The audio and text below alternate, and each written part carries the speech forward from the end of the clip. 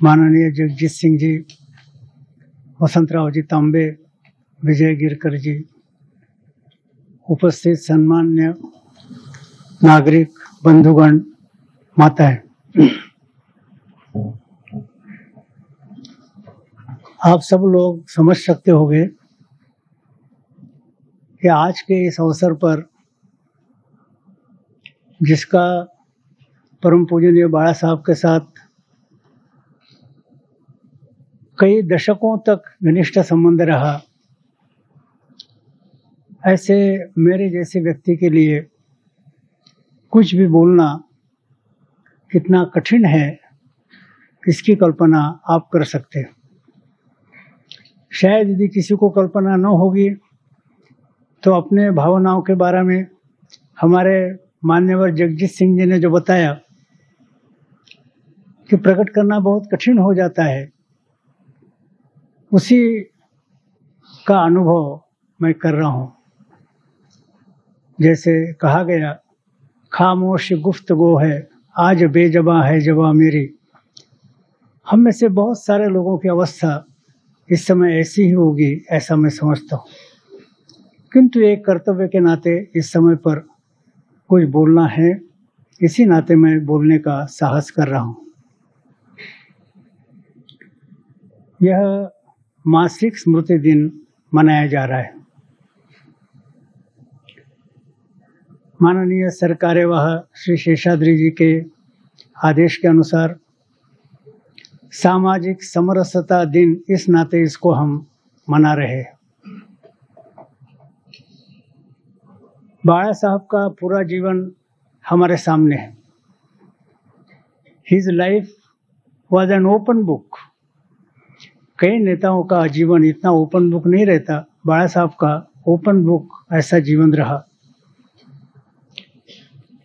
और जीवन के अंतिम चरण में विकलांग अवस्था के कारण उनको कितनी असुविधा बर्दाश्त करनी पड़ी, कष्ट बर्दाश्त करने पड़े, हम में से बहुत लोगों ने व्यक्तिगत रूप से भी उनका दर्शन करते हुए यह आंखों से देखा है। कई वर्ष तक वे विकलांग थे,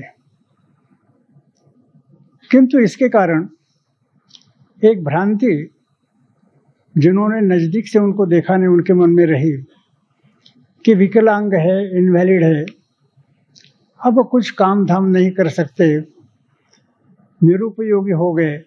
ऐसी एक भ्रांति अपरिचित लोगों के मन में हो सकती थी, वह गलत थी।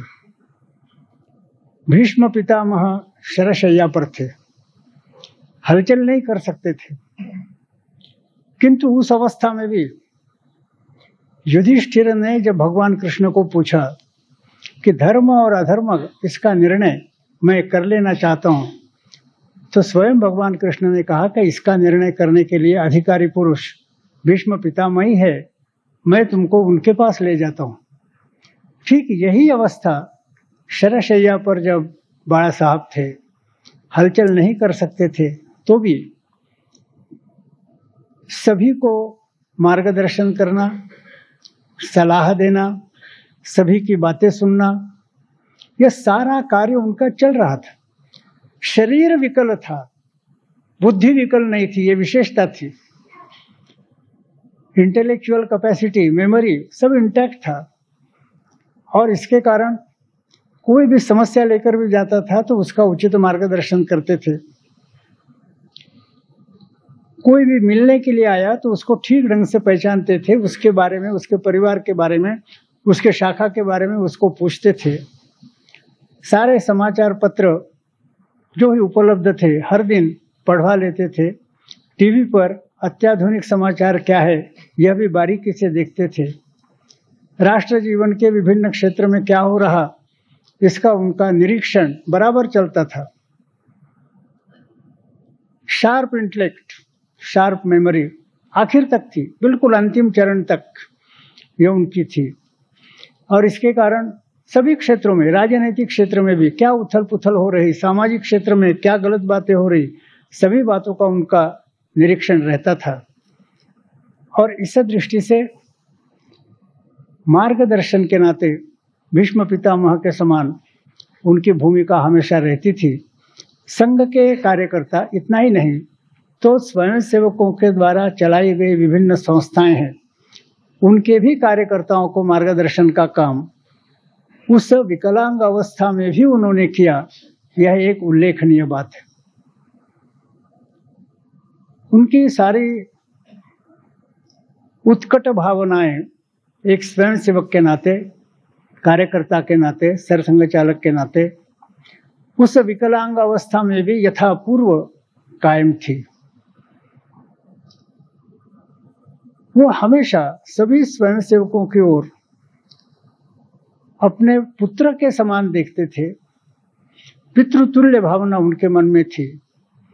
कुछ लोगों ने ऐसा कहा कि भाई इसकी मृत्यु हुई तो उनको बड़ा शोक हुआ, उसकी मृत्यु उनको बड़ा शोक हुआ। ऐसा नहीं। स्वयं सेवकों पर कोई भी आपत्ति आती है तो उनका दिल दर्द करता था, और इसलिए सबको आश्चर्य हुआ कि जिस समय कार्यालय के एक कमरे से दूसरे कमरे में जाना भी व्हील चेयर पर भी कठिन लगता था, ऐसे समय जब उन्होंने पढ़ा कि मद्रास में अपने कार्यालय में संघ के बॉम्ब ब्लास्ट हुआ है, हमारे कुछ स्वयंसेवक हत और आहत हुए हैं, उनको रहा नहीं गया और आखिरी में डॉक्टर के एडवाइस के विरुद्ध जाते हुए, हर तरह की रिस्क लेते हुए वो उस अवस्था में भी मद्रास गए। जो जिनकी मृत्यु हुई थी, ऐसे सब लोगों के परिवारजनों को स्वयं व्यक्तिगत रूप से मिले। जो आहत हुए थे, घायल हुए थे, उनको सांत्वना दी, फिर वापस आए। ऐसी अवस्था में कि जब एक कमरे से दूसरे कमरे में जाना भी उनके लिए कठिन था, इतना साहस उन्होंने किया, इतनी ताकत उन्होंने जुटाई। तो सभी स्वयंसेवकों के बारे में कितना प्रेम, एकात्मता उनके मन में थी, पितृतुल्य। ये विकलांग अवस्था में भी उसका दर्शन हम लोगों ने किया है।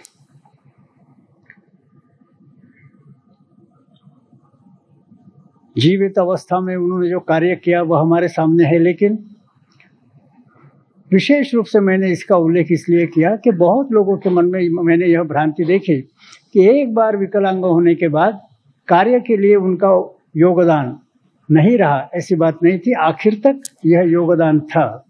यह कहने की प्रमुख बात है। वैसे उनके जीवन के बारे में पिछले एक मास में बहुत कुछ कहा गया है, बहुत कुछ लिखा गया है। इसके कारण कोई बात नहीं बताने लायक है ऐसा मैं नहीं समझता। देवरस परिवार या आंध्र प्रदेश का है, महाराष्ट्र का नहीं है। आंध्र प्रदेश से चंद्रपुर के मार्ग से वाया चंद्रपुर कई परिवार, तेलुगु परिवार नागपुर में आए। हेडगेवार परिवार उसी में था, बापूजी अड़ी उसी में थे, बाल शास्त्री हरदास का परिवार था, कन्नमवार का परिवार था। कई तेलुगु परिवार वाया चंद्रपुर नागपुर में आए। उसी में से देवरस जी का परिवार था। उनका पहला नाम देवराजू ऐसा था। नागपुर में स्थायी होने के बाद फिर देवराजू का मराठीकरण देवरस हो गया। आचार्य विनोबा भावे जो शाब्दिक श्लेष करने में चतुर थे, वो हम लोगों को कहते थे कि भाई देवरस का अर्थ तुम नहीं समझे।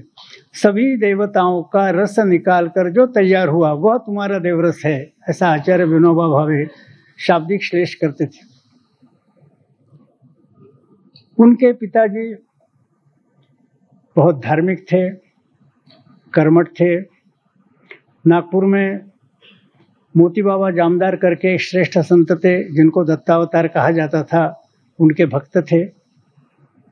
उनकी माताजी वह भी बड़ी धार्मिक थी, और प्रमुख बात कि वह बहुत कर्मठ और एक तरह से व्रती, उनको कहना यह ठीक होगा ऐसा उनका व्यवहार था।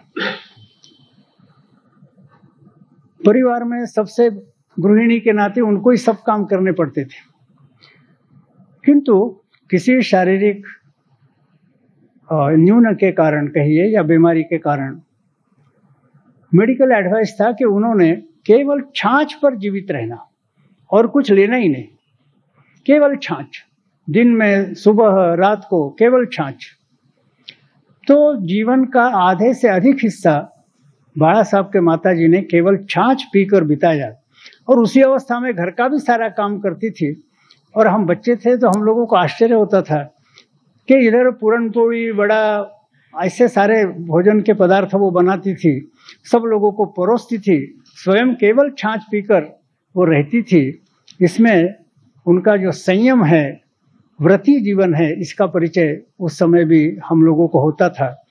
ऐसा उनका माताजी का स्वभाव था।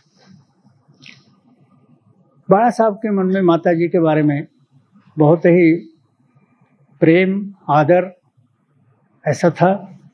आखिरी बीमारी में उन्होंने अपने माताजी की बक्सा, माताजी का फोटो, उनका जो गांव है आमगांव कारंजा, वहाँ से मंगवाया था। और इसका कारण बाड़ा साहब के जीवन में माताजी का योगदान भी बहुत महत्वपूर्ण रहा है। सूझबूझ आने के बाद या सूझबूझ आते ही बाड़ा साहब राष्ट्रीय स्वयंसेवक संघ में प्रविष्ट हुए और उन्होंने संघ के वायुमंडल के अनुकूल माताजी से कहा कि मेरे साथ भोजन के लिए सभी जाति के लोग आएंगे, दलित भी आएंगे। उस समय मैं ये नहीं सुनूंगा कि ये दलित है तो मेरे रसोई घर में रोटी नहीं खा सकता। मेरे साथ बैठकर वो रोटी खाएंगे, रसोई घर में रोटी खाएंगे। माताजी ने कहा मेरी ओर से कोई आपत्ति नहीं। उन दिनों में आप कल्पना कीजिए, जब वो बाल स्वयंसेवक थे, उन दिनों में ऑर्थोडॉक्सी इतनी प्रबल थी कि जहाँ माता पिता दोनों बहुत कर्मठ, वहाँ यह बाल स्वयंसेवक आग्रह करता है कि मेरे दलित स्वयंसेवक बंधु भी मेरे साथ आएंगे, रसोई घर में खाना खाएंगे, बाहर नहीं। तो माताजी ने वो बात स्वीकार कर ली। यह एक अनोखी बात उन दिनों में मानी गई थी। सामाजिक समता परिषद, सामाजिक समरसता मंच आदि बातें तो अभी नहीं है। मैं तो समझता हूँ कि उनके बाल्यावस्था से ही यह सामाजिक समरसता का प्रारंभ उनके रसोई घर से उन्होंने किया था और माताजी के सहयोग के कारण यह हो सका। इस तरह के माताजी भगवान की दया से उनके लिए उपलब्ध थी। यह हमारे लिए भी एक सौभाग्य की बात है। जब से सूझबूझ आई, शाखा में शामिल हुए। कुश पथक, यह बाल स्वयंसेवकों का पथक उन दिनों में बहुत ही प्रसिद्ध था। परम पूजनीय डॉक्टर जी का विशेष ध्यान कुश पथक के स्वयंसेवकों पर रहता था। बहुत आशाएं उन्होंने लगाई थी और कुश पथक में से भी वैसे ही स्वयंसेवक निर्माण हुए, कार्यकर्ता निर्माण हुए, जिन्होंने डॉक्टर साहब की आशा फलीभूत करने का प्रयास किया। वहां से धीरे धीरे संघ के कार्य में उनकी प्रगति हुई। अब संघ के बारे में आप जानते हैं कि संघ में हर एक को रगड़ में से जाना पड़ता है। ऐसा नहीं होता कोई एकदम अच्छा लच्छेदार भाषण देता है तो उसको बड़ा अधिकारी बना दो, ऐसा नहीं होता। जो संघ की रगड़ है, स्वयंसेवक, गटनायक, शिक्षक, मुख्य शिक्षक, प्रचारक, जिला प्रचारक, विभाग प्रचारक या कार्यवाह, जिला कार्यवाह, विभाग कार्यवाह, एक रगड़ में से हर एक को जाना पड़ता है। तो सभी तरह के काम करते करते उन्होंने संघ कार्य में प्रगति की। जिस विभाग में उनका जन्म हुआ, उनका मकान जिस विभाग में था, वह विभाग पुराने नागपुर में था। नागपुर के हम दो हिस्से उन दिनों में मानते थे। जो ब्रिज है, ब्रिज के उधर का नागपुर यानी मॉडर्न, इधर का यानी पुराना। तो पुराने नागपुर में ही उनका मकान था और इसके कारण तथाकथित पिछड़ी जातियां, तथाकथित दलित जातियां, ऐसे लोग सारे उनके अगल बगल में ही रहते थे। तो सारा वायुमंडल उनका ऐसा था। शाखा पर भी दलित और पिछड़े लोगों की संख्या अच्छी रहती थी। उनको सबको लेना, संभालना, संस्कार देना, यह काम करना पड़ता था और वो भाषण से नहीं करते थे। अब संघ कार्य के बारे में आप जानते हैं कि संघ स्थान पर आना पड़ता है। संघ स्थान कहाँ मिलेगा? पहला ही संघ स्थान बाड़ा साहब को ऐसा मिला कि एक टूटा हुआ मकान, खंडहर, उसके सामने मैदान ऐसा ही पड़ा था, कोई उपयोग में नहीं लाता था। और चूंकि वह खंडहर था तो सुबह शाम को लोग प्रातः विधि के लिए उसका उपयोग करते थे, जिसके कारण वहां गंदगी रहती थी। वहां शाखा लगाने का सोचा तो वो गंदगी दूर करने का काम पहले करना पड़ा, और दूसरे लोगों को कहने के पहले स्वयं बाड़ा साहब सामने हो गए और उन्होंने वो गंदगी अपने हाथ से उठाई। बाकी फिर स्वयंसेवकों ने वो काम किया। तो यहाँ ऐसे छोटे छोटे कामों से लेकर तो सबके साथ खेलना, कबड्डी बहुत अच्छा खेलते थे, सबके साथ खेलना, एक स्पिरिट सभी लोगों में रह सके, इस तरह से शाखा चलाना, होते होते नागपुर कार्यवाह तक उनकी प्रगति हुई। और नागपुर कार्यवाह के नाते जितने ही कार्य आवश्यक थे वो बहुत ही उत्कृष्ट ढंग से उन्होंने किए। विभिन्न शाखाओं से संबंध, हर एक कार्यकर्ता को बराबर देखना, कौन कार्यकर्ता है, कैसा है, किसका स्वभाव क्या है, दोनों के परस्पर इक्वेशन कैसे है, यह सारा देखना, कार्यकर्ताओं को संस्कारित करना। और विशेष बात कि जो सारे कार्यक्रम होते हैं, जैसे संघ शिक्षा वर्ग है उसकी व्यवस्था, शीत शिविर है उसकी व्यवस्था, और उन दिनों में शीत शिविर की व्यवस्था यानी सारे शारीरिक कार्य स्वयंसेवकों ने ही करने हैं, इस तरह की व्यवस्था थी। बिल्कुल तंबू ठोकने से लेकर कील ठोकने से लेकर सभी काम स्वयंसेवक करते थे, और उसमें पहल करने का काम बाड़ा साहब करते थे, जिसके कारण बाकी लोगों को प्रेरणा और प्रोत्साहन मिलता था। तो इस तरह के सभी कार्य नागपुर कार्यवाह के नाते उन्होंने किए। इतना ही नहीं, तो कार्यवाह तो नागपुर के थे, लेकिन नागपुर यह राष्ट्रीय स्वयंसेवक संघ का केंद्र है, उसकी एक विशेष जिम्मेवारी है, ऐसा परम पूजनीय डॉक्टर जी कहते थे। उसके अनुसार नागपुर में रहते हुए बाकी देश में प्रचार कार्य करने के लिए कार्यकर्ताओं को प्रचारक के नाते निकालना, यह महत्वपूर्ण कार्य अच्छी संख्या में बाड़ा साहब ने किया। और नागपुर के बाहर भी जब संघ शिक्षा वर्ग शुरू हुए तब वहाँ प्रारंभिक दिनों में मुख्य शिक्षक भेजना, शिक्षक भेजना, वह भी नागपुर से पहले भेजे जाते थे। अब तो स्वयं पूर्णता हर जगह आई है, किंतु उस समय नागपुर से ही भेजे जाते थे। तो संघ शिक्षा वर्गों में मुख्य शिक्षक, शिक्षकों को भेजना और प्रचारक के रूप में काम करने के लिए लोगों को मोटिवेट करना, प्रेरित करना, इस तरह से नागपुर में ही रहते हुए संपूर्ण देश में कैसे यह वटवृक्ष फैलेगा, इसके लिए परिश्रम करना, यह उनका काम रहा है। डॉक्टर जी के समय ही परम पूजनीय श्री गुरु जी का प्रवेश हुआ, और ऐसा दिखता है कि डॉक्टर जी के मन में गुरु जी और बाड़ा साहब इनके बारे में कुछ विशेष इक्वेशन होगा। जैसे 1939 में कलकत्ता में संघ कार्य शुरू करने के लिए श्री गुरु जी को भेजा गया, और थोड़े ही दिन के बाद उनके सहायक के नाते बाड़ा साहब को भी भेजा गया। तो दोनों के विषय में कुछ विशेष भावना डॉक्टर जी के मन में थी, ऐसा स्पष्ट दिखता है। और यह भावना, इसका अनुभव दोनों करते थे, और इसके कारण दोनों की जो परस्पर विषय भावनाएं थी, ये बहुत ध्यान में रखने लायक थी। गुरुजी सरसंघ चालक हो गए। बाड़ा साहब कभी नागपुर कार्यवाह थे, कभी सह सर कार्यवाह थे, बाद में कार्यवाह सह सर कार्यवाह हुए, लेकिन पहले नागपुर कार्यवाह और सह सर कार्यवाही थे। उस समय भी बाड़ा साहब का जब उल्लेख होता था तो गुरुजी कहते थे कि जिन्होंने डॉक्टर हेडगेवार जी को देखा नहीं, उन्होंने बाड़ा साहब को देख लेना चाहिए, तो फिर उनके ख्याल में आएगा कि डॉक्टर जी कैसे थे।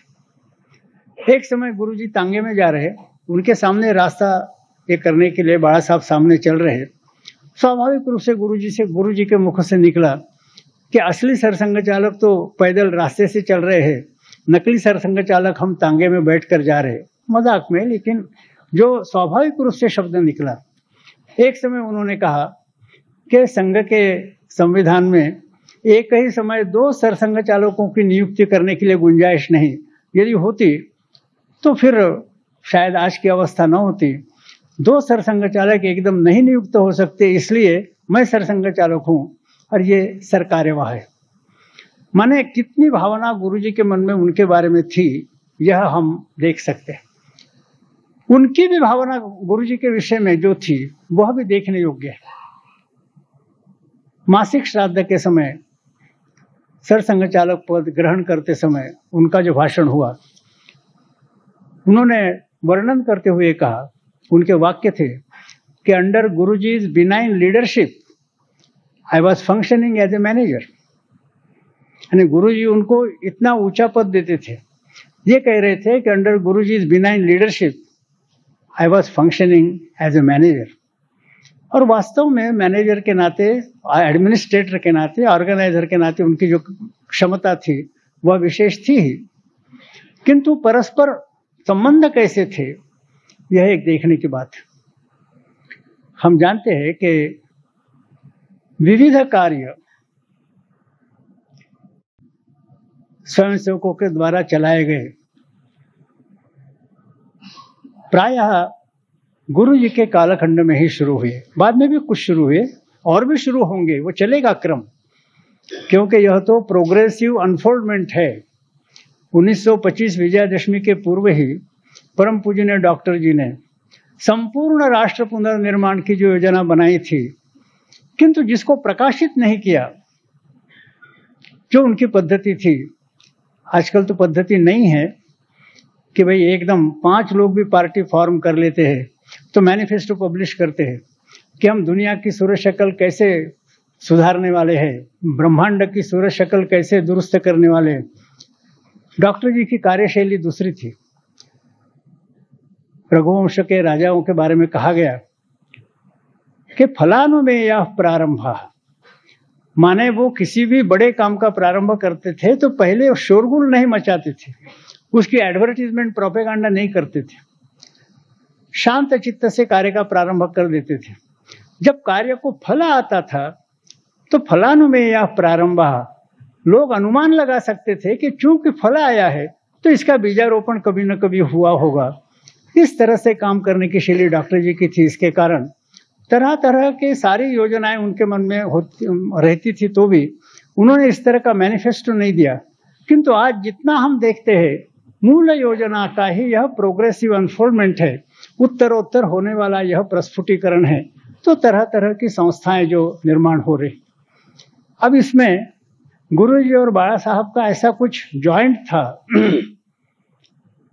उदाहरण के लिए कि दादा साहब आप्टे बहुत साल यूपी, उस समय यूनाइटेड प्रेस करके था, बाद में उसको यूएनआई बनाया गया, उसमें उन्होंने काम किया। पत्रकारिता के क्षेत्र में जाना है, यह सभी क्षेत्र में जाने का है, यह पहले ही सोचा गया था। संघ कुछ नहीं करेगा, संघ के स्वयंसेवक सब कुछ करेंगे। संघ केवल संपर्क, स्वयंसेवक, संगठन यहीं तक अपना सीमा रखेगा, लेकिन संघ से प्रेरणा और संस्कार प्राप्त किए हुए स्वयंसेवक व्यक्तिगत रूप से राष्ट्र जीवन के विभिन्न क्षेत्रों में प्रवेश करेंगे और वहां संघ के आदर्शों के अनुकूल कार्यों की रचना और विचारों का विकास करेंगे। यह विजयादशमी 1925 से सोचा गया था। उसके अनुसार जैसे जैसे संघ की शक्ति बढ़ती गई, वैसे वैसे अन्य अन्य क्षेत्र में प्रवेश करना शुरू हुआ। तो दादा साहब आप्टे की कुछ अप्रेंटिसशिप यूनाइटेड प्रेस में हुई थी। उनके साथ गुरुजी की बातचीत हुई कि अपने भी देशी भाषाओं को लेकर न्यूज एजेंसी होनी चाहिए। हिंदुस्तान समाचार का विचार हुआ। जैसे वो विचार तय हुआ तो उसको ठीक ढंग से क्रियान्वित करना, इसके लिए उपयुक्त व्यक्ति कौन कौन है उनको लोकेट करना, उनको मोटिवेट करना, उनकी टीम बनाना। दादा साहब आप्टे थे, नारायण राव तरटे, बापूराव महाशब्दे, बापूराव लेले, जी.आर. माधवराव, वसंतराव देशपांडे और आखिर तक जिन्होंने चलाए वो बालेश्वर जी अग्रवाल। ये सारी जो टीम बनी वो बनाने का काम बाला साहब ने किया। जैसे वनवासी कल्याण आश्रम प्रेरणा गुरु जी की थी। बाला साहब देशपांडे जशपुर नगर में वकालत करते थे, उनको वनवासियों में काम करने की प्रेरणा दी। किंतु जैसे वो काम बढ़ा और केवल जशपुर क्षेत्र तक सीमित था तो फिर उसको अखिल भारतीय स्वरूप देना चाहिए। यह प्रेरणा बाला साहब ने दी और उनका अखिल भारतीय स्वरूप होना चाहिए, इसके लिए जो जो सहायता संघ की ओर से होनी चाहिए थी वह सारी देने की व्यवस्था की। और उस कार्य से इतनी एकात्मता थी, जैसे मैंने मद्रास का उदाहरण दिया, एक बड़े सम्मेलन की योजना वनवासी कल्याण आश्रम की एक बिहार के गुमला में और एक बस्तर में ऐसी हो गई। सम्मेलन की योजना हुई, उस समय बाला साहब की तबीयत ठीक थी। योजना होने के बाद प्रत्यक्ष समय आया, उसके पहले बाला साहब की तबीयत बहुत खराब हो गई, उनके लिए चलना फिरना असंभव था। फिर भी आग्रह पूर्वक लोगों का विरोध न मानते हुए और आग्रह पूर्वक गुमला में और बस्तर में वो स्वयं गए। वनवासी लोगों ने देखा कि कितने कष्ट उठाते हुए सरसंघ चालक हमारे बीच में आ रहे हैं, एक कृतज्ञता का भाव उनके मन में था। तो गुरुजी योजना बनाना, जनरल मार्गदर्शन क्रियान्वित करने का काम इनका इसी तरह का ये चलता था। विशेष रूप से हम जानते हैं कि संघ कार्य में हमेशा एक समस्या रहती है, आगे भी रहेगी। वह समस्या यह है कि जहां हम कहते हैं, और वह सच भी है, कि संघ कार्य परिस्थिति निरपेक्ष है। यह सच है, संघ कार्य परिस्थिति निरपेक्ष है, किंतु स्वयं सेवक का मन यह परिस्थिति सापेक्ष रहना ही है। संघ कार्य परिस्थिति निरपेक्ष है, लेकिन स्वयं सेवक का मन परिस्थिति सापेक्ष है, और इसके कारण बाह्य परिस्थिति का परिणाम कम अधिक मात्रा में विभिन्न लोगों पर होता रहता है। इसके कारण स्वयं सेवकों की मानसिकता क्या है, इसका ज्ञान, केंद्र को रहना, केंद्र का विचार क्या है, इसकी जानकारी स्वयं सेवक तक पहुंचना, यह टू वे कम्युनिकेशन बहुत आवश्यक होता है। यह रास्ता बाला साहब ने खोला। मुझे स्मरण है कि पहला ही प्रयोग 1945 में, जिस समय बहुत खलबली स्वयंसेवकों के मन में थी, कई विचार थे, तरह तरह के विचार थे कार्य पद्धति के बारे में खासकर, तो उन्होंने नागपुर में जो राजा बादशाह मारुति करके है उसके प्रांगण में दिन भर का एक दिन का कार्यक्रम रखा। उस एक दिन में और कुछ नहीं, परम पूज्य ने गुरु जी ने बैठना, नागपुर के सब प्रमुख कार्यकर्ता वहां एकत्रित थे और उन्होंने मुक्त चिंतन करना, जो ही विचार होगी। वहां संकोच की बात नहीं थी, आदर के मर्यादा के कारण कम बोलना ऐसी भी बात नहीं थी। जो जिसके मन में आएगा वो बोलेगा। पूरे दिन यह कार्यक्रम चला और फिर दूसरे सप्ताह में माननीय बाबा साहब घटाटे के यहाँ बैठक ली, वही लोग, और फिर जो जो बोला गया था उसके बारे में सरसंघ चालक के नाते क्या प्रतिक्रिया है वह गुरु जी ने उस समय प्रकट किया। यह जो टू वे कम्युनिकेशन की पद्धति है, यह बाला साहब ने शुरू की और उसी का अधिक विस्तृत स्वरूप हम बाद में सिंधी के जिला प्रचारकों के वर्ग में, इंदौर के विभाग प्रचारकों के वर्ग में, थाना में जो नवंबर 72 में वर्ग हुआ उसमें इसी का विस्तृत स्वरूप हम देख सके। और इसके कारण किस तरह से केंद्र के मानस की जानकारी नीचे के स्वयंसेवक तक, नीचे के स्वयंसेवकता की मानसिकता केंद्र तक किस तरह पहुंचाने की व्यवस्था थी, यह कुशलता बाला साहब के योजना के कारण यह कुशलता हो सकी। तरह तरह से बहुत बार अभी हमारे विजय गिरकर जी ने उल्लेख किया था कि लोग जानबूझकर गलत फहमी फैलाते। जैसे गुरु जी के समय कहते थे, अरे डॉक्टर जी का संग अलग था, गुरु जी का संग अलग है। बाला साहब आगे कहा कि गुरु जी का संग अलग था, बाला साहब का संग अलग है। माने समझते दोनों को नहीं, लेकिन जानबूझकर कुछ तो भी बुद्धिभेद करने का प्रयास होता है।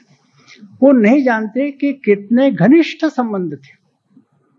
आखिरी दिनों में बैन के समय द्वारका प्रसाद जी मिश्र, इनको जवाहरलाल जी ने नागपुर भेजा।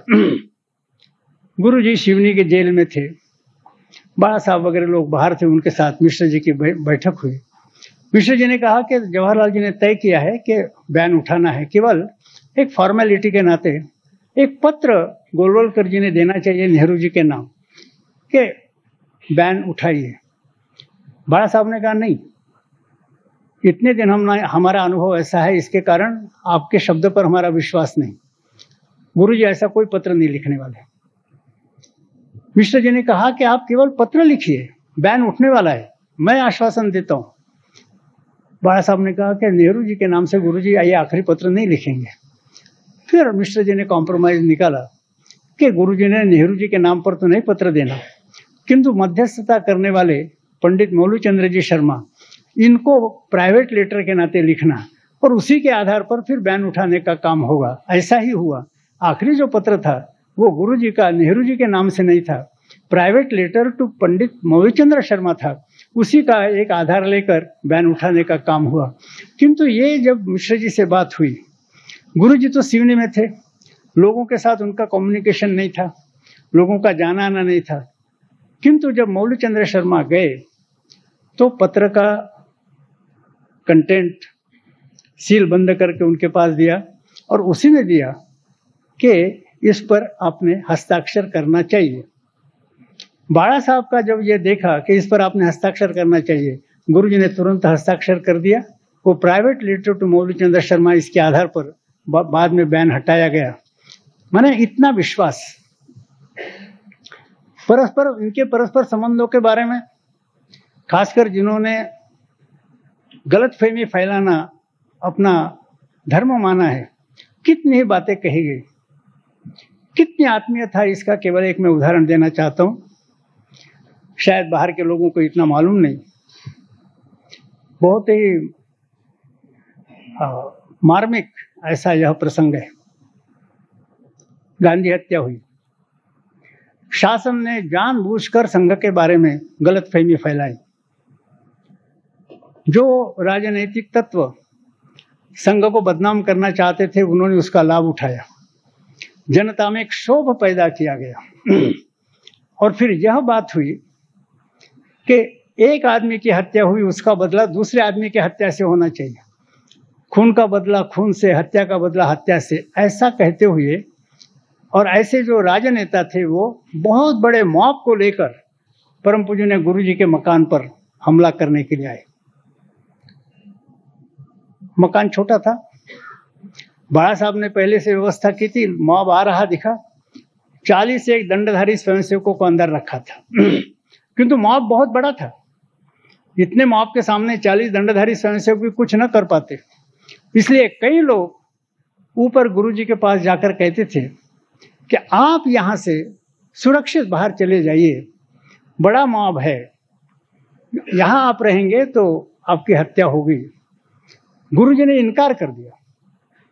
उन्होंने कहा कि मेरी भूमिका यह है कि मैं जिस हिंदू समाज के लिए काम कर रहा हूं, वह हिंदू समाज यदि मुझे नहीं चाहता और मुझे मारना चाहता है तो वो मुझे मारे।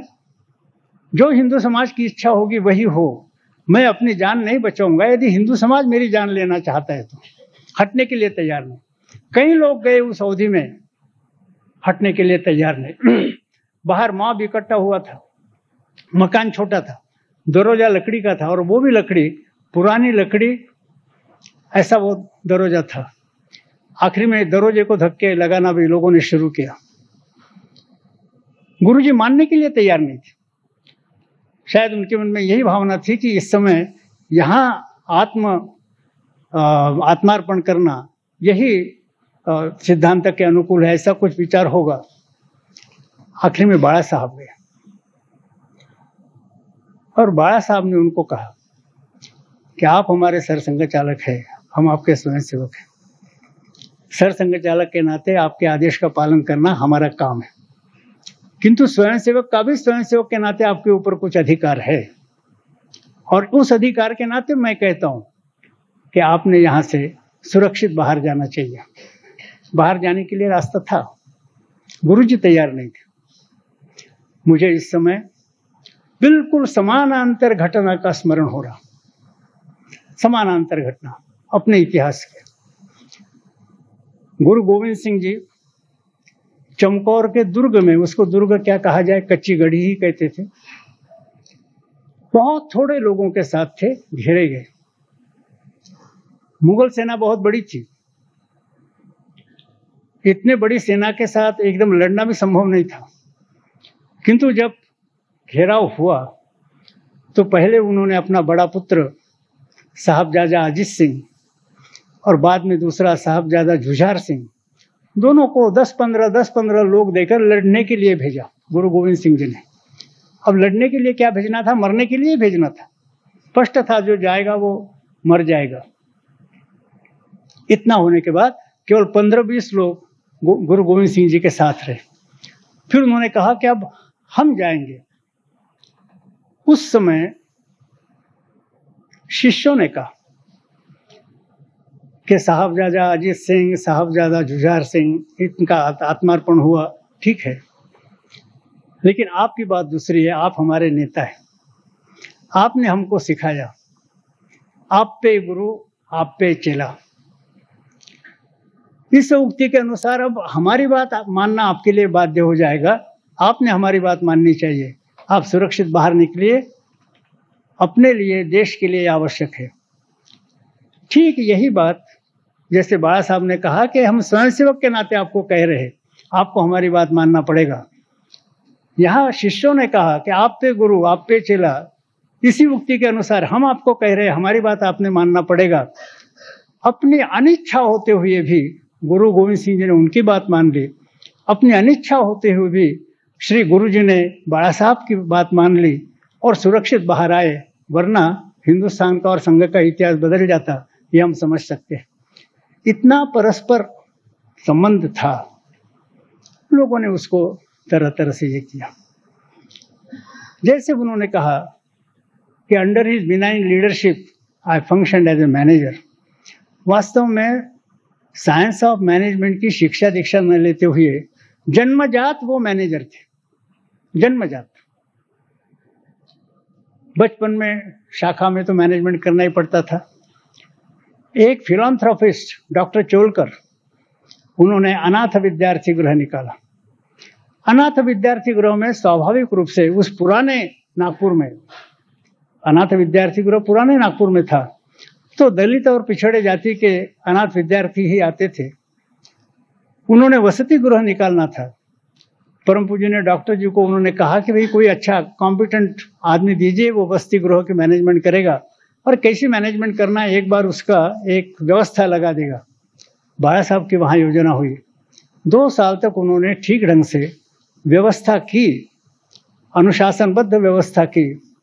उसी समय उनका बाकी पिछड़े और दलित लोगों के साथ भी बहुत संबंध आ गया कि तो अच्छी मैनेजमेंट, इस नाते चोलकर जी ने भी उनकी बहुत प्रशंसा की। आपको आश्चर्य होगा, बहुत लोगों को शायद ये पता नहीं है कि 45, 46, 47 में उन्होंने एक स्टोर्स भी चलाया, भारत स्टोर्स करके। माननीय मनोहर राव उनके सहयोगी रहे और भारत स्टोर्स की भी व्यवस्था, वो तो बिजनेस मैनेजमेंट थी, रेगुलर बिजनेस मैनेजमेंट, वो भी मैनेजमेंट बहुत एफिशिएंटली वो कर सके। वैसे कई लोगों को ये पता नहीं होगा कि उनकी जो आनुवंशिक खेती थी, कृषि थी, बालाघाट जिले में कारंजा के पास आमगांव करके गांव है, वहां थी। तो इन्होंने सोचा कि प्रयोग के नाते मैं स्वयं कृषि करूंगा। और उस समय का जो उनका अनुभव है, एक आदर्श कृषक इस नाते उन्होंने काम किया।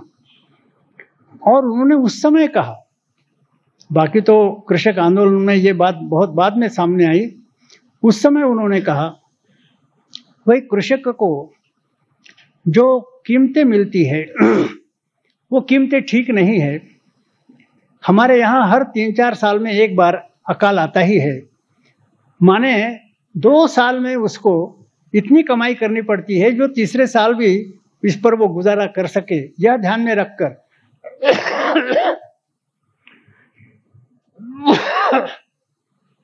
यह ध्यान में रखकर कृषि उपज का मूल्य तय होना चाहिए। यह बात उन्होंने उस समय कही जिस समय ये बात उस हवा में नहीं थी। और दूसरी बात कि उनके साथी किसान उनसे नाराज थे कि उनके यहाँ काम करने वाले खेतिहर मजदूर और कारीगर, उनको वो पूरी रोजी देते थे। लोगों ने विरोध किया कि आप पूरी रोजी देते हैं, इसके कारण हमारी पोजीशन बहुत खराब हो जाती है, हमको भी देना पड़ेगा। बाबा साहब ने कहा आप भी दीजिए, ये तो न्याय की बात है। बोले हम नहीं दे सकते, फिर मत दीजिए, लेकिन मैं मेरा क्रम बंद नहीं करूंगा। पूरी रोजी खेतिहर मजदूरों को, कारीगरों को देना, ये उन्होंने चलाया। और इतना होते हुए भी उनकी कृषि एक आदर्श कृषि के नाते रही, तो वहां की भी मैनेजमेंट उन्होंने बहुत ही अच्छे ढंग से चलाई थी। विशेष रूप से जब तरुण भारत यह पेपर खरीदा गया, तो वह तो उनकी परीक्षा ही थी। उनके ही ऊपर भरोसा रखकर संघ के लोगों ने तय किया था कि ठीक है, पेपर खरीदेंगे, क्योंकि पेपर के जो संपादक और मैनेजमेंट के लोग थे, वो सब कांग्रेस के लिए अनुकूल ऐसे थे, संघ के लिए कुछ तो विरोधी, कुछ प्रतिकूल, कुछ कम से कम अननुकूल ऐसे लोग थे। और सीधा रास्ता जो था, जो प्राय होता है जब मैनेजमेंट चेंज होती है, कि पुराने लोगों को हटाना, नए अपने लोग वहां लाना, वो भी नहीं करना, ऐसा बाबा साहब ने तय किया।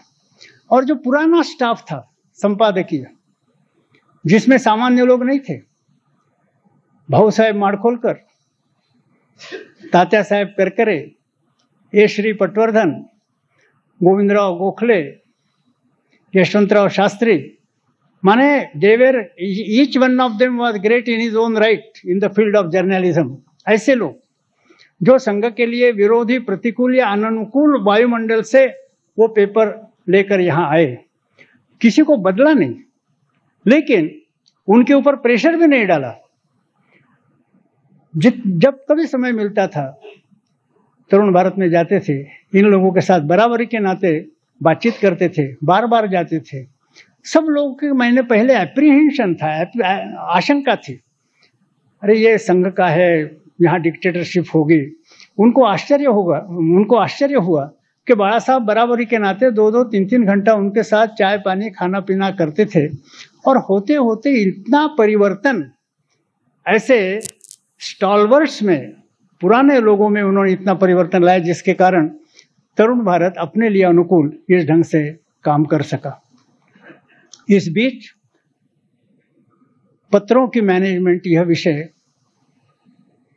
उन्होंने पूरी तरह से हस्तगत किया, और इसके कारण वो बता भी सकते थे, कहीं भी यदि कोई पत्र निकालता है तो भी कैसे निकालना, क्या निकालना, वो सलाह दे सकते थे। उदाहरण के लिए दिल्ली में जब लोगों ने सोचा कि मदरलैंड यह दैनिक पत्र निकालना चाहिए, तो पहले ही उन्होंने वार्निंग दी कि आप पत्र निकालिए, आज आपके पास फाइनेंस है, ठीक है, लेकिन पत्र का मॉडल क्या रहे यह तय करें। मैंने कहा मॉडल का क्या मतलब? तो बाबा साहब ने कहा कि मदरलैंड का मॉडल नागपुर टाइम्स का होना चाहिए, Indian express, times of India, Hindustan times, ये मॉडल लेकर आप मत चलिए। किंतु वो दिल्ली पंजाब का उत्साह था उस समय, उन्होंने दूसरा ही मॉडल लिया और मदरलैंड बंद करना पड़ा, ये हम जानते हैं। तो साइंस ऑफ मैनेजमेंट इस नाते विशेष उनकी एक विशेषता हर जगह दिखाई देती है। और इस दृष्टि से उन्होंने जो कहा कि under his benign leadership I was functioning as a manager, ये बात बिल्कुल सही है।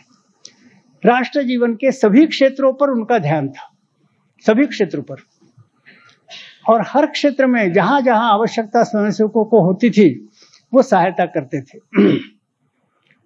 वो जानते थे कि राजनैतिक क्षेत्र का महत्व है, और इस दृष्टि से जैसे विद्यार्थी क्षेत्र में, मजदूर क्षेत्र में, किसान क्षेत्र में, वैसे राजनीतिक क्षेत्र में भी अपने स्वयंसेवक संघ की रीति, नीति, पद्धति, आदर्शों को लेकर काम करे और एक मॉडल पॉलिटिकल पार्टी बनाकर लोगों के सामने उपस्थित करे, यह उनका प्रयास रहा। और खासकर ये हम सब जानते हैं कि जब आपातकाल आया उस समय बाकी सारे राजनीतिक दल निष्प्रभ हो गए थे, सारे निष्प्रभ हो गए थे। RSS had to bear the brunt. उस समय जो आरएसएस ने किया, इसके कारण कुछ क्षण के लिए सभी राजनेताओं ने संघ की बड़ी प्रशंसा की, संघ के बारे में कृतज्ञता प्रकट की, किंतु कृतज्ञता का भाव ज्यादा देर तक मन में रखना यह राजनीतिक नेतृत्व का स्वभाव नहीं है। इसके कारण वो बात बाद में लोग भूल गए। किंतु उस समय सभी ने, और अपने संघ के बारे में प्रशंसा और कृतज्ञता का भाव प्रकट किया था। वो सारा जो आपातकालीन संघर्ष था उसका संचालन येरवड़ा जेल में रहते हुए बाळा साहब कर रहे थे। लोग जो बाहर थे उनके साथ दिन प्रतिदिन उनका संपर्क रहता था। बाहर क्या हो रहा है इसकी खबर उनको येरवड़ा जेल में मिलती थी। उनका आदेश क्या है यह बाहर लोगों को हर दिन मालूम होता था और इस तरह से सारा संचालन वहाँ किया। येरवड़ा जेल में बाकी लोगों को भी बाळा साहब का परिचय हुआ। विभिन्न दलों के लोग थे, नाम लेने की आवश्यकता नहीं, वो भी व्यक्तिगत संपर्क में आए। मुसलमान लोग भी व्यक्तिगत संपर्क में आए और सभी के मन में, बाळा साहब के मन में ऐसी एक श्रद्धा हुई, फादर फिगर के नाते उनके मन में श्रद्धा हुई कि ये विभिन्न दलों के नेता भी बाळा साहब का चरण स्पर्श करने लगे। वापस जाते समय मुसलमान लोग भी चरण स्पर्श करने लगे और जेल के बाहर आने के बाद भी बाळा साहब को मिलने वो बहुत दिन आते थे। किंतु हिंदू मुसलमान एकता हो जाएगी तो हमारे मिनिस्टरशिप का क्या होगा, यह चिंता जिनको थी, ऐसे लोगों ने यह व्यवस्था की कि इस तरह का हिंदू मुसलमानों का मिलन नहीं होना चाहिए। तो मुसलमानों में फिर से गलतफहमी फैलाने का काम राजनेताओं ने किया। किंतु इन सब लोगों के मन में बाळा साहब के विषय में श्रद्धा का भाव था। यह एक उल्लेखनीय बात ऐसी है। राजनीति का महत्व जानते थे, साथ ही साथ राजनीति की सीमाएं भी जानते थे। खराब लोग शासन में रहे उसके तुलना में अच्छे लोग शासन में रहे तो देश का नुकसान नहीं होगा, यह भी जानते थे। अच्छे लोगों को शासन में लाना चाहिए, यह भी समझते थे। किंतु साथ ही साथ राजसत्ता के द्वारा राष्ट्र निर्माण होगा, यह उनका विश्वास नहीं था। राष्ट्र निर्माण जो होगा वह सामाजिक सांस्कृतिक शक्ति के आधार पर होगा, ऐसा वो मानते थे। और इसके कारण जहां लोकतंत्र के अस्तित्व का ही मामला आया, लोकतंत्र ही खतरे में था उस समय। 1977 के चुनाव में खुलेआम बाळा साहब ने घोषणा की कि लोकतंत्र को बचाने के लिए कांग्रेस के खिलाफ हमारे लोग काम करेंगे। उस समय जो चार्टर ऑफ डिमांड बनाया गया था उसमें हम क्यों लड़ाई लड़ रहे, उसमें यह क्लॉज नहीं था कि राष्ट्रीय स्वयंसेवक संघ का बैन हटना चाहिए, इसके लिए ये क्लॉज नहीं था। संघ का नाम नहीं था, संस्थागत अभिनिवेश की बात नहीं थी, इंस्टीट्यूशनल ईगो की बात नहीं थी। एक ही था कि लोकतंत्र को बचाने के लिए। किंतु साथ ही साथ लोकतंत्र को बचाया गया, तानाशाही खत्म हो गई। जिन्होंने शासन चलाना था उनके हाथ में शासन की बागडोर चले गए और फिर से लोगों को चेतावनी के रूप में बाळा साहब ने कहा कि राजनीतिक सत्ता, इसका महत्व कितना है और संघ का उसका क्या संबंध है। तो जनता पार्टी शासन में आने के पश्चात दिल्ली में जो रैलीज हुई, उन रैलीज में बाळा साहब ने स्पष्ट रूप से एक विषय रखा था। 3 बार यह विषय बाळा साहब ने दिल्ली के रैली में रखा जनता पार्टी शासन में आने के बाद कि राष्ट्रीय स्वयंसेवक संघ और हिंदुत्व, इनके शक्ति का मापदंड राजनैतिक नहीं हो सकता, वह मापदंड सामाजिक सांस्कृतिक ही होना चाहिए। यह विषय 3 बार उन्होंने सामने रखा। तो इस तरह से एक संतुलन था, राजनीति का महत्व भी जानना, साथ ही साथ उसकी सीमाएं जानना, और राष्ट्र निर्माण का कार्य लोक शक्ति के आधार पर होगा, राज्य शक्ति के आधार पर नहीं।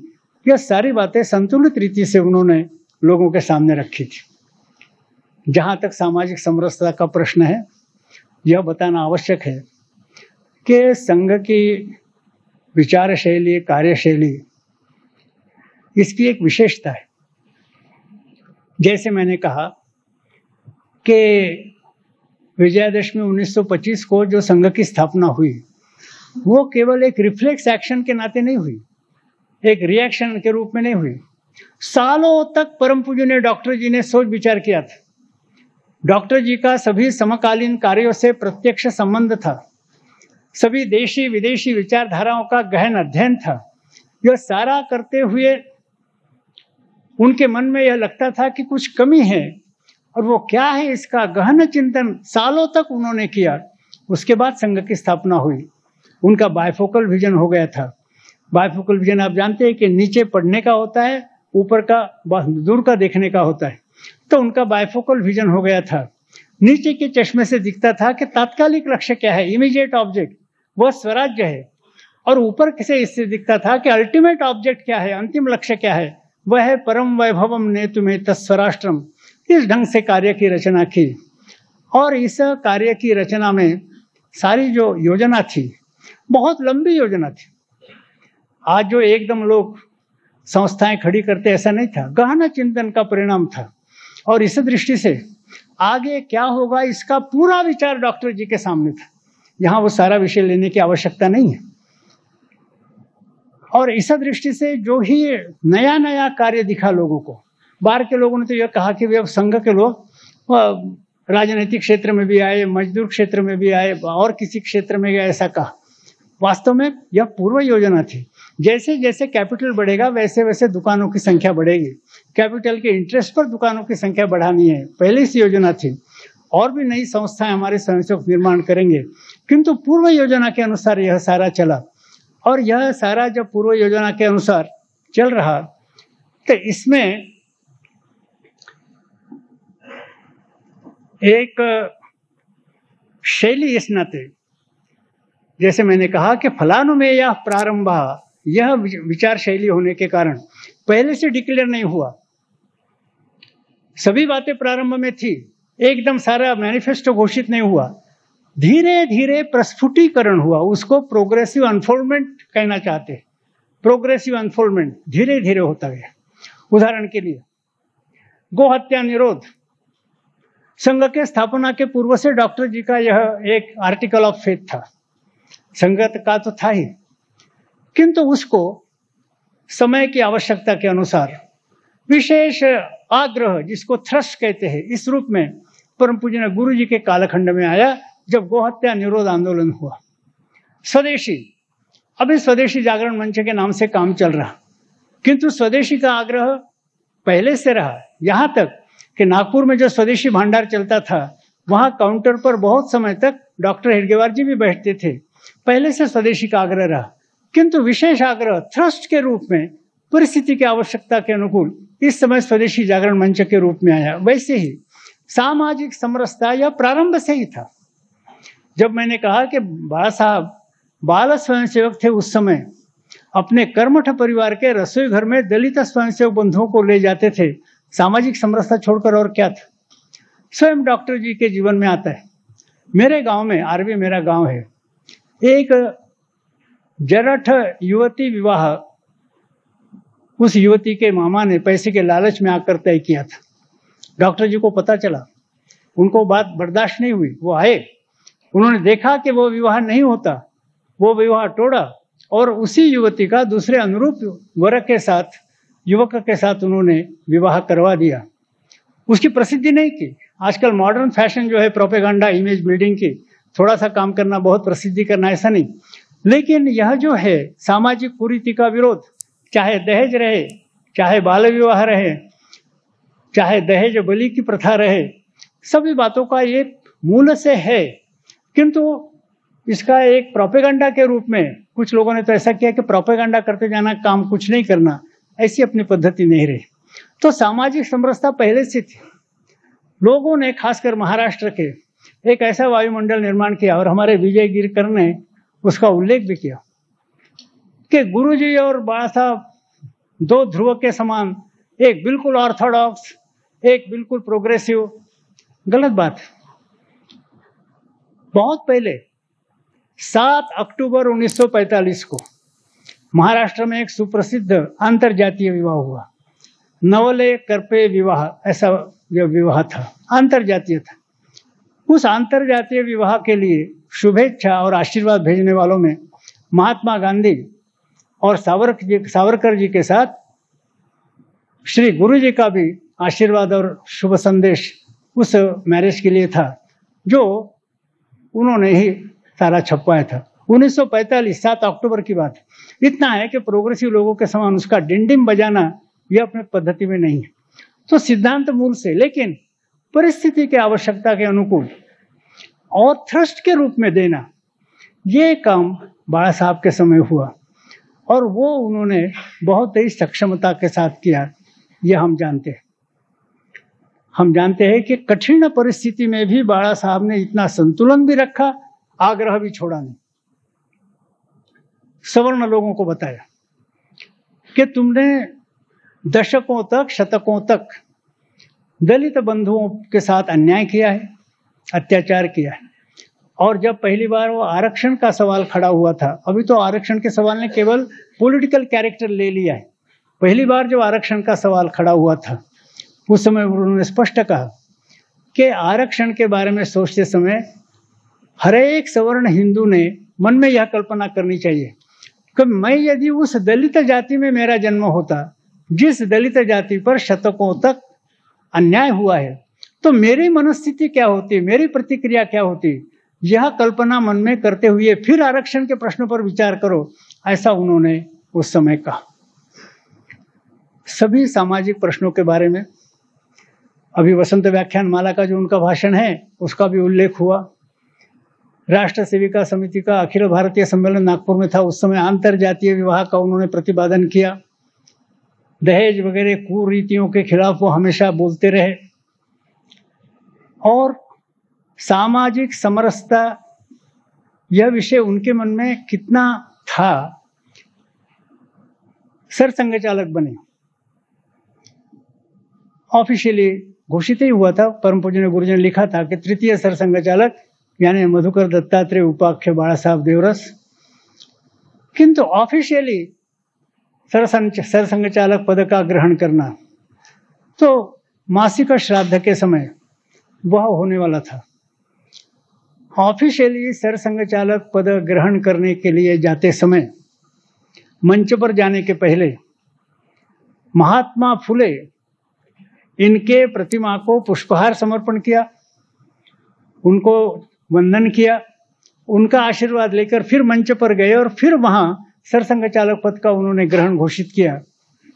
दिखाता है कि किस तरह से उनके मन में इस विषय में एकात्मता थी। यह एकात्मता जो जो राष्ट्र पुरुष है सबके मन में रही। अभी जो कहा विजय गिरकर ने डॉक्टर आंबेडकर की बात, पाश्चात्य देशों में सिद्धांत त्रयी का बोलबाला है, लिबर्टी, इक्वालिटी, फ्रेटर्निटी, स्वातंत्र्य, समता, बंधुता। पूजनीय डॉक्टर बाबा साहब आंबेडकर ने कहा कि मैं इन सिद्धांत त्रयी को मैं मानता हूं, किंतु ऐसा कोई न समझे कि मैंने ये सिद्धांत त्रयी फ्रेंच राज्य क्रांति से उठाई है। नहीं, मेरी प्रेरणा फ्रेंच राज्य क्रांति से नहीं, ये सिद्धांत त्रयी मैंने मेरे गुरु भगवान बुद्ध से उठाई है। और जहां तक पाश्चात्य देशों का सवाल है, पूजनीय आंबेडकर जी ने कहा कि पाश्चात्य देश तो इसको इंप्लीमेंट नहीं कर सके। घोषणा की स्वातंत्र्य, समता, बंधुता, स्वातंत्र्य की स्थापना की तो समता बिगड़ गई, समता की स्थापना करने गए तो स्वातंत्र्य खत्म हो गया, स्वातंत्र्य और समता दोनों एक साथ नहीं चला सके। और इसका कारण आंबेडकर जी ने कहा, इसका कारण यह है कि तीसरा जो फैक्टर था बंधुता, इसका उदय ही नहीं हुआ, इसका निर्माण ही नहीं हुआ।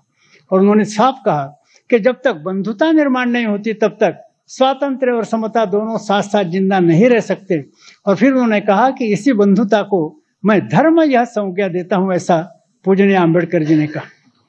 जिसको उन्होंने धर्म यह संज्ञा दी, जिसको बंधुता ऐसा उन्होंने कहा, वही अभिप्राय समरसता इस शब्द का पूजनीय बाला साहब देवरस का है।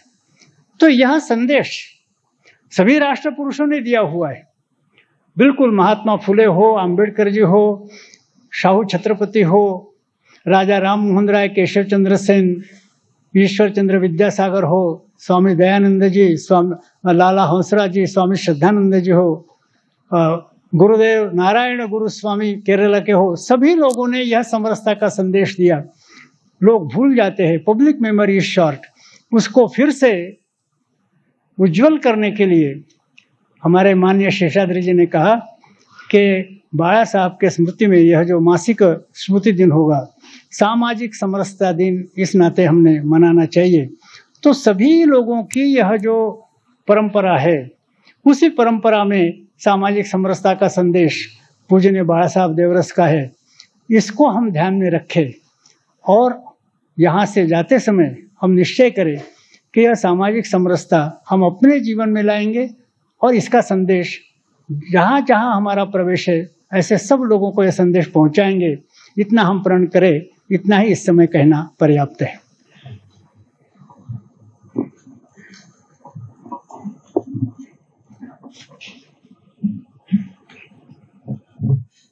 सभी खड़े रहेंगे।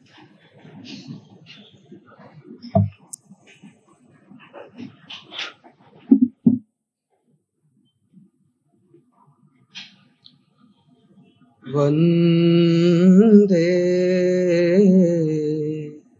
मातरम, वंदे मातरम। सुजलां सुफलां मलयज शीतलां सस्यश्यामलां मातरम् वन्दे मातरम्। शुभ्रज्योत्स्नां पुलकितयामिनीं फुल्लकुसुमिता द्रुमदलशोभिनीं सुहासिनीं सुमधुरभाषिणीं सुखदां वरदां मातरम् वन्दे मातरम्। कोटि कोटि कंठ कलकल निनाद कराले कोटि कोटि भुजैर्धृत खर कर भाले के बोले माँ तुमी अबले बहुबलधारिणी नमामि तारिणी रिपुदलवारिणी मातरं मातरं वन्दे मातरम्। तुम्हि विद्या तुम्हि धर्म तुम्हि हृदि तुम्हि मर्म त्वं हि प्राणा शरीरे बाहुते तुम्हि मा शक्ति हृदये तुम्हि मा भक्ति तोमारै प्रतिमा गढ़ी मंदिरे मंदिरे मातरम् वन्दे मातरम्। त्वं हि दुर्गा दश प्रहरणधारिणी कमला कमलदल विहारिणी वाणी विद्यादायिनी नमामि त्वां नमामि कमलां अमलां अतुलां सुजलां सुफलां मातरम् वन्दे मातरम्। श्यामलां सरलां सुस्मितां भूषितां धरणीं भरणीं मातरम् वन्दे मातरम् वन्दे मातरम्। भारत माता की